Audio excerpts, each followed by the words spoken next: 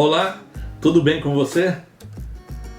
Eu sou o pastor Vasconcelos, este é o meu, o seu, o nosso canal Embaixador de Cristo.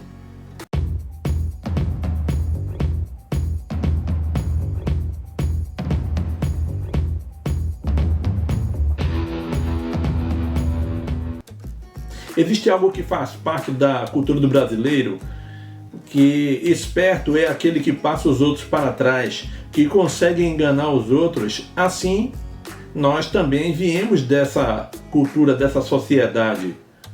E no momento que nós tivemos o nosso encontro com Cristo, demos ali o início da regeneração, no momento da aceitação a Cristo Jesus como nosso Senhor e Salvador, e imediatamente começa-se o processo da santificação, que é através da habitação do Espírito Santo em nós, em nossas vidas, tá bom?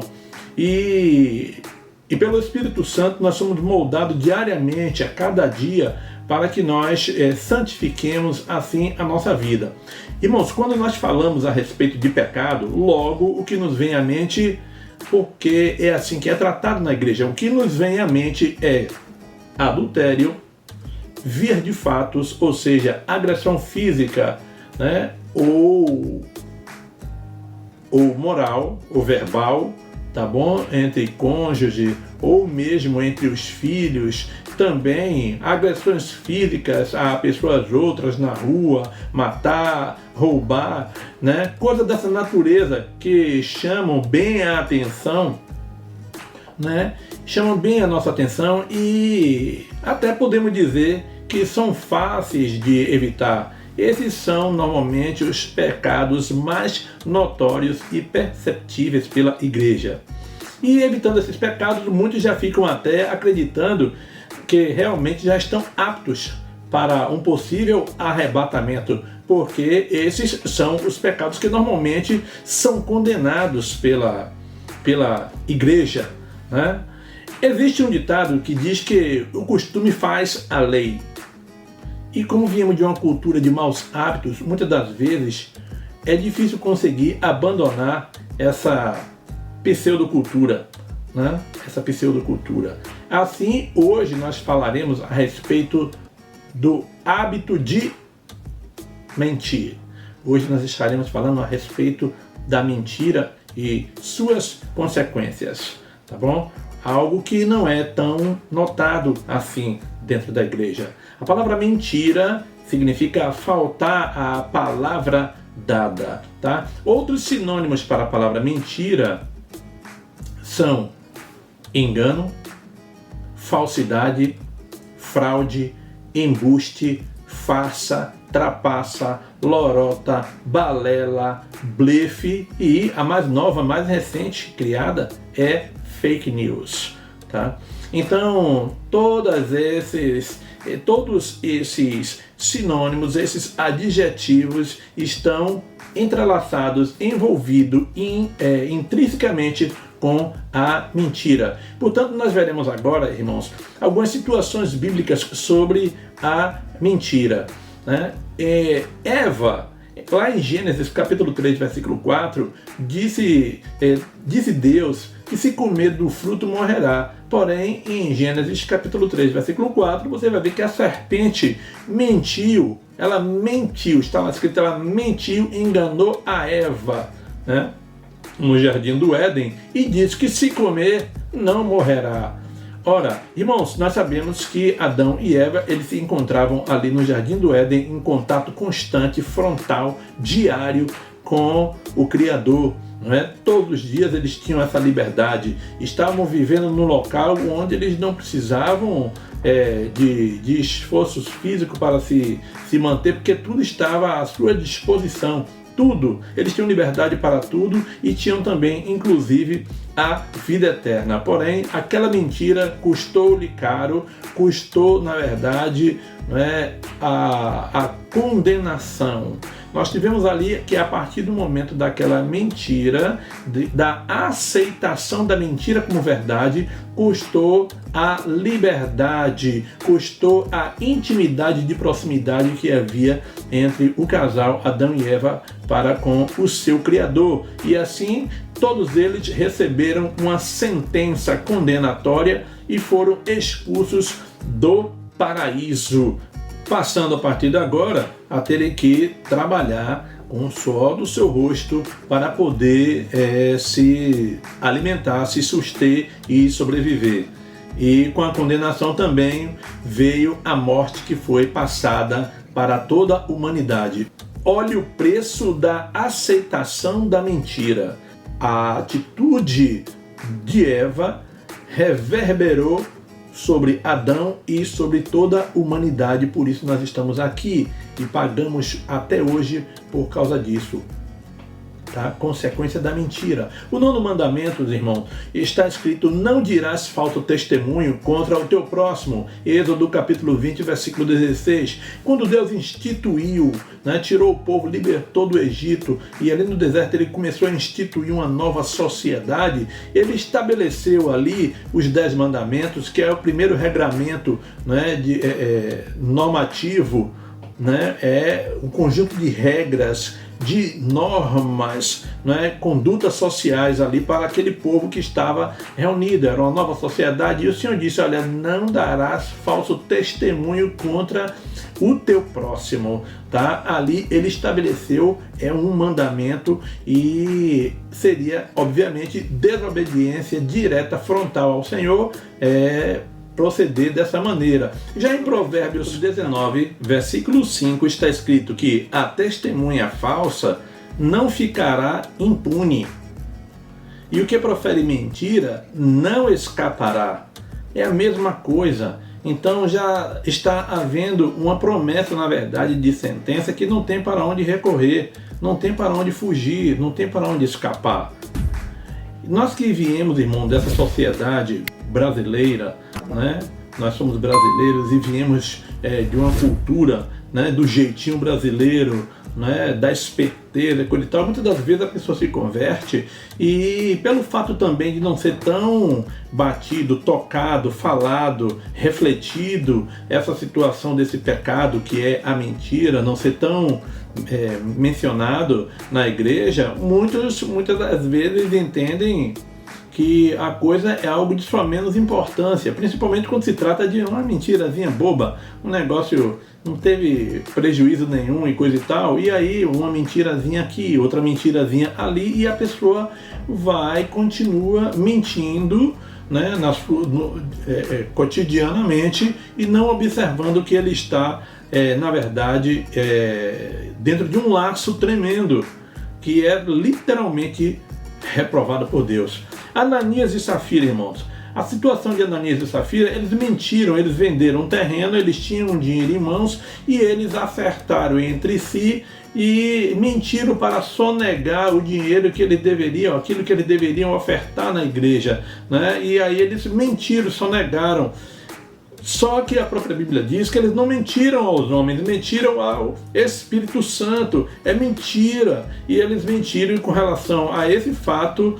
Todos dois, primeiro o marido, Ananias, morreu, e também, logo em seguida, depois que ela tomou conhecimento do que havia acontecido com o seu marido, Safira também morreu. E a Bíblia diz que toda a igreja temeu.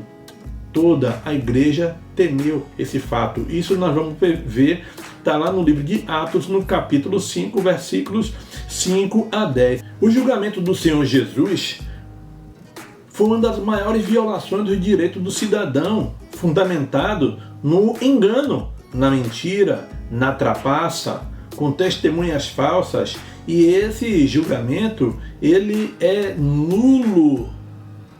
Foi um julgamento totalmente nulo, de pleno direito. Está lá no livro de Mateus, capítulo 26, versículos 59 a 61. Irmãos, quando eu digo livro é porque a Bíblia, eu estou falando no todo, no geral, tá? Porque a Bíblia é composta de 66 livros, tá? Mas está escrito no Evangelho segundo São Mateus, tá? Então eu dizendo livro também não estou errado não, tá bom?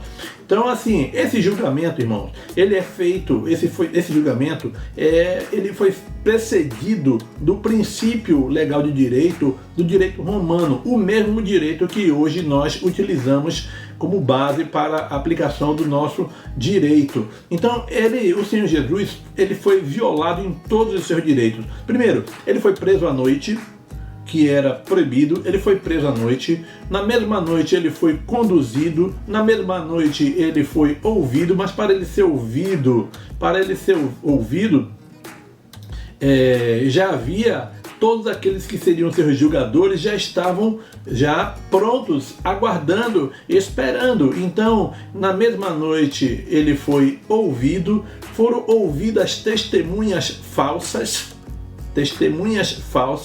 Na mesma noite também ele foi condenado e quando o dia amanheceu ele já estava cumprindo a pena. Então um julgamento, irmão, totalmente pleno de nulidade, tá? Um julgamento pleno de nulidade, tá bom? Então o julgamento do Senhor Jesus foi uma das maiores aberrações. Quando você olha o aspecto jurídico dele, você vai constatando as violações dos direitos que o Senhor Jesus teve ali. Tudo na base da trapaça, na base da falsidade, na base da mentira, na base do aconchavo. Você está entendendo o porquê da gravidade do que é, na verdade, a mentira? A mentira, irmão, ela não tem para Deus, não é questão de tamanho, a mentira de pequeno porte, médio porte, grande porte, para que a consequência possa ser consequência de pequeno porte, de médio porte e grande porte. Não, a mentira para Deus, ela é inaceitável, porque a mentira, ela é um instrumento de Satanás. Tá entendendo? É um instrumento de Satanás, tá? Vamos ver mais ainda aqui um pouco mais adiante, quando nós vimos lá a situação dos guardas, né? Quando o Senhor Jesus, depois dele ter sido crucificado, morto, ele foi ali colocado no Gólgota, né? Ele foi ali sepultado e foi fechada a sua sepultura. E eles temiam que o Senhor Jesus ressuscitasse, porque estava previsto, o Senhor Jesus disse que assim seria, e eles temendo que isso viesse a acontecer, colocaram guardas, fecharam a sepultura e colocaram guardas ali naquele lugar. O Senhor Jesus ressuscitou e os guardas ficaram inertes, sem ação, e eles foram para os sacerdotes daquela época e eles receberam suborno. Os guardas foram subornados e assim eles disseram: olha, todo aquele que perguntar a respeito do que foi que houve, vocês vão dizer que o corpo do Senhor Jesus ele foi roubado pelos seus seguidores. E a Bíblia diz lá em Mateus, capítulo 28, versículos 12 a 15, a palavra de Deus diz que esta mentira se fala até os dias de hoje. E nós bem sabemos que os judeus, eles não têm o Senhor Jesus como o Messias de Deus, não é? Porque essas mentiras também, essas tramas que foram feitas ali naquela época, até hoje também se comenta a respeito, pondo-se dúvida, então, na verdade, ao plano de Deus para o homem. Porque se o Senhor Jesus não ressuscitou, então os planos de Deus faliu. A morte e o sacrifício do Senhor Jesus ali na cruz do Calvário não tem validade alguma, porque o Jesus não ressuscitou, mas o corpo dele foi roubado. É como chamaram o Senhor Jesus, uma certa feita, de embusteiro, não é? Ou seja, mentiroso. Tá? Porque se ele não ressuscitou, então é vã a nossa fé, foi o que disse o apóstolo Paulo. Você percebe a gravidade, irmãos, na verdade, dessa situação do que é a mentira? Uma outra situação também que nós temos, está lá no livro de Atos, né? Atos capítulo 13, versículos 7 a 10, a situação do mágico Elimas. Ele buscava perverter, ele buscava impedir o desejo do procônsul Sérgio Paulo, né, de ouvir a palavra de Deus. O procônsul, ele ouvindo a palavra, ele queria mais, ele teve mais necessidade no íntimo do seu coração de querer ouvir mais aquelas maravilhas. Mas aí o mágico Elimas, ele buscava perverter, né, perverter a situação para que o procônsul Sérgio Paulo não ouvisse a palavra. Mas veja que o apóstolo Paulo, como o apóstolo Paulo adjetivou, chamou, denominou aquele mágico Elimas. Olha do que ele disse, olha o que ele falou. Ó filho do diabo, ó filho do diabo, cheio de todo engano. Ó filho do diabo, cheio de todo engano e de toda malícia, inimigo da justiça. Olha que gravidade, irmãos. Não cessarás de perverter os caminhos do Senhor, os caminhos retos do Senhor. Ou seja, até quando, Satanás? Até quando, filho do diabo, você estará pervertendo o caminho da verdade com a mentira? Você está entendendo, irmãos? É uma gravidade muito tremenda. E muitas das vezes as pessoas mentem porque acham uma coisa banal. Porque, não, eu não ofendi ninguém, não maltratei ninguém, não tirou pedaço, não magoou e não sei o quê. E ele sai mentindo. E, infelizmente, ele está se condenando à perdição eterna diante do Senhor. Tá?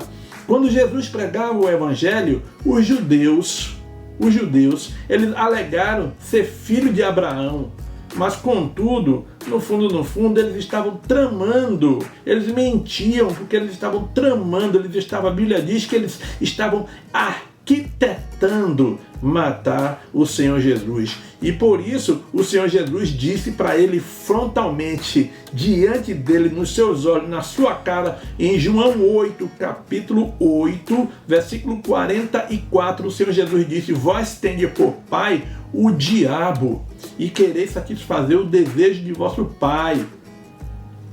Ele é homicida desde o princípio e nunca se firmou na verdade. Olha aí, tá vendo, irmãos?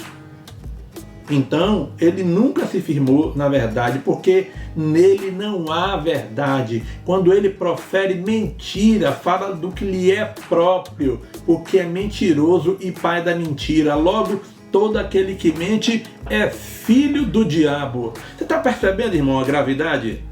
Percebe a situação em que a pessoa pode estar metida? Ela precisa se arrepender. É necessário que nós dobremos os nossos joelhos, caso isso venha acontecer com um de nós, que nós dobremos o nosso joelho e nos arrependamos, pedindo perdão ao Senhor, porque nós não podemos, irmãos, estar, na verdade, mentindo, porque a partir desse momento nós nos fazemos filho do diabo. Em Efésios capítulo 4, versículo 25, está escrito: pelo que deixai a mentira e falai a verdade, cada um para com o seu próximo, pois somos membros um dos outros. Isso significa, irmãos, a palavra de Deus está dizendo que nós somos um corpo só, o corpo de Cristo, a igreja do Senhor. Logo, nós não podemos estar mentindo. Ele diz aqui que nós somos membros um dos outros. Quando nós somos membros um dos outros, assim nós formamos um corpo inteiro. Percebe, irmãos? Porque se somos membros, somos corpo, e se mentimos, já não fazemos mais parte. Percebe a gravidade? E esse é um fato que deveria ser constantemente abordado, tratado, falado, alertado, despertado, para que a igreja acorde quanto a isso.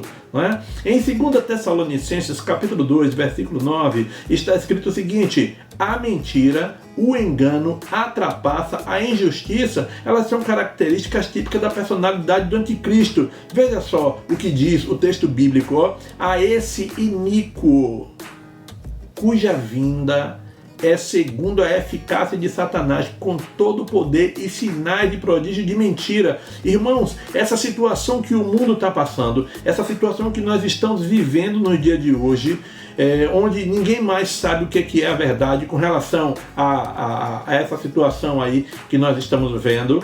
Entende? Porque cada um diz uma coisa, é porque na verdade já está se instalando o governo do anticristo. Ele já está se estabelecendo.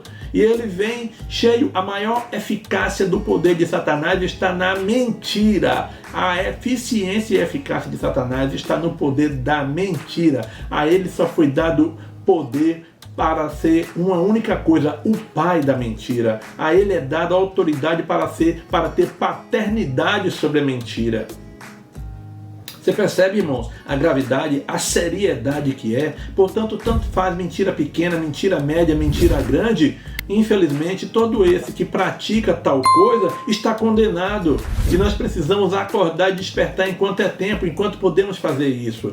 Tá? Em João, 1 João, capítulo 2, versículo 4, diz: aquele que diz, eu o conheço e não guarda os seus mandamentos é mentiroso e nele não está a verdade. Irmãos, se nós dizemos que conhecemos ao Senhor, não existe como nós termos o direito de mentir. Nós somos impelidos pelo Espírito Santo a ser santo, santificar a nossa vida. E quando dizemos que nós conhecemos ao Senhor e mentimos, a palavra de Deus está clara e evidente. Diz que se nós, na verdade, dizemos que conhecemos a Deus e mentimos, a verdade não está em nós.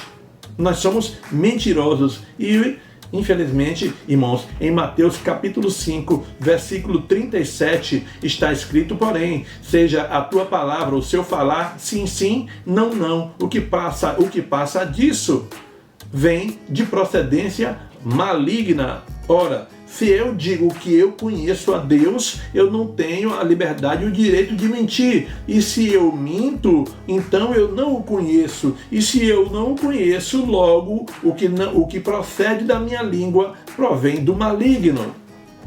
O texto é claro, não deixa dúvida.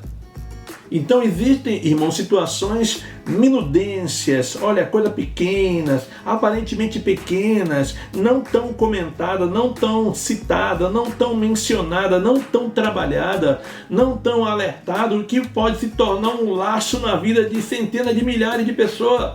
Porque, infelizmente, essa cultura da sabedoria, da esperteza, não é? De passar na frente dos outros, por cima dos outros, estar para trás, de sair levando vantagem em tudo, promove com que a pessoa fale mentiras. Em Mateus capítulo 6, versículo 24, está escrito: ninguém pode servir a dois senhores, porque ou há de odiar a um e amar ao outro, ou há de dedicar-se a um e desprezar ao outro. Não podeis servir a Deus e a riqueza. Ora, pastor Vasconcelos, ali está falando Deus da riqueza. Irmãos, Satanás, ele é o Deus da mentira, é o pai da mentira. E nós não podemos servir a Deus e também servir ao maligno. O texto, todos os textos que estou narrando aqui, que estou trazendo, são claros. Ou nós servimos ao Senhor e abrimos mão, abandonamos de uma vez por toda a mentira, ou, infelizmente, metade de Deus, metade do adversário é inteiro do maligno. Precisamos acordar com relação a isso. Tá? E também João capítulo 8, versículo 32 diz: conhecereis a verdade e a verdade vos libertará. Se nós não fomos libertos da mentira, é porque ainda não conhecemos propriamente dito como devemos a verdade. E a verdade é o Senhor, a verdade é a palavra. Nós precisamos conhecer essa verdade. Nós precisamos, na verdade, nos aprimorar cada dia mais nas Escrituras, nos santificando através da palavra de Deus, através do exercitar a palavra de Deus como manda as Escrituras. E nós só podemos, irmãos, conhecer a palavra através do exame. É necessário que nós estejamos fazendo leitura diária, leitura sequenciada da palavra. Venha de Mateus, vá para Apocalipse, venha de Gênesis até Malaquias, comece em Mateus de novo e nunca pare, porque nós não temos que parar. Nós estamos no momento da peregrinação enquanto nesta terra, até chegarmos ao dia prometido do Senhor para que Ele nos chame ou Ele venha. Em Apocalipse capítulo 21, versículo 8 está escrito: mas quanto aos medrosos, aos incrédulos, aos abomináveis, aos homicidas, aos adúlteros, aos feiticeiros, aos idólatras e todos os mentirosos, a sua parte será no lago ardente de fogo e enxofre, que é a segunda morte. Percebeu, irmãos? Está lá em Apocalipse capítulo 21, versículo 8. Aí o mentiroso, ele está alinhado, ele está enquadrado, está relacionado com prostituto, com adúltera, com homicida, com latrocida, com feiticeiro, com o idólatra, com todas as linhas de pecados graves. Ele está relacionado e não haverá outra situação para ele a não ser condenação eterna. Se nós cremos na palavra, ali está escrito, então somos nós que precisamos mudar enquanto há tempo, tá?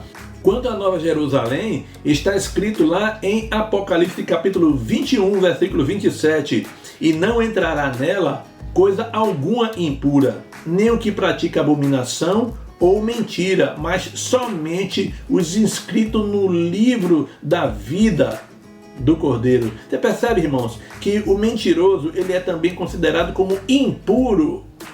E outra, aqui está dando garantia que o nome dele não está inscrito no livro da vida por causa da mentira ou das abominações que praticam, que é considerado ali relacionado todos dois juntos. Então nós precisamos refletir, tá? Precisamos, na verdade, de um grande despertamento. Portanto, irmãos, nós precisamos estar alerta.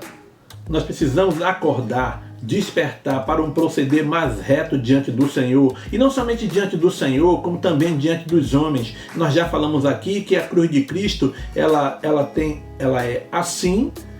E ela é assim que mostra o elo de ligação do homem para com Deus, de Deus para com o homem. E ela é assim, os braços da cruz de Cristo está mostrando que nós temos que ter afinidade de relação com os nossos semelhantes. Portanto, fica a pergunta: no arrebatamento, você vai ou você fica? Se você não é inscrito no canal, inscreva-se no canal, deixe o seu like, tá bom, irmãos? Deixe o seu comentário, o que é que você achou desse vídeo, tá? Compartilhe esse vídeo, porque assim nós poderemos estar alertando, né, pessoas outras que infelizmente não estão conseguindo enxergar a gravidade desse pecado e infelizmente está preso, está enlaçado nele, tá bom? Assim nós vamos levando a palavra de Deus, a palavra remidora, resgatadora, a palavra da verdade, a palavra que liberta e transforma, tá ok? Que a graça do Senhor Jesus, o amor de Deus e a comunhão do Espírito Santo repouse sobre a sua, minha, nossa vida, em nome do Senhor Jesus. Amém. E até a próxima oportunidade, no próximo vídeo.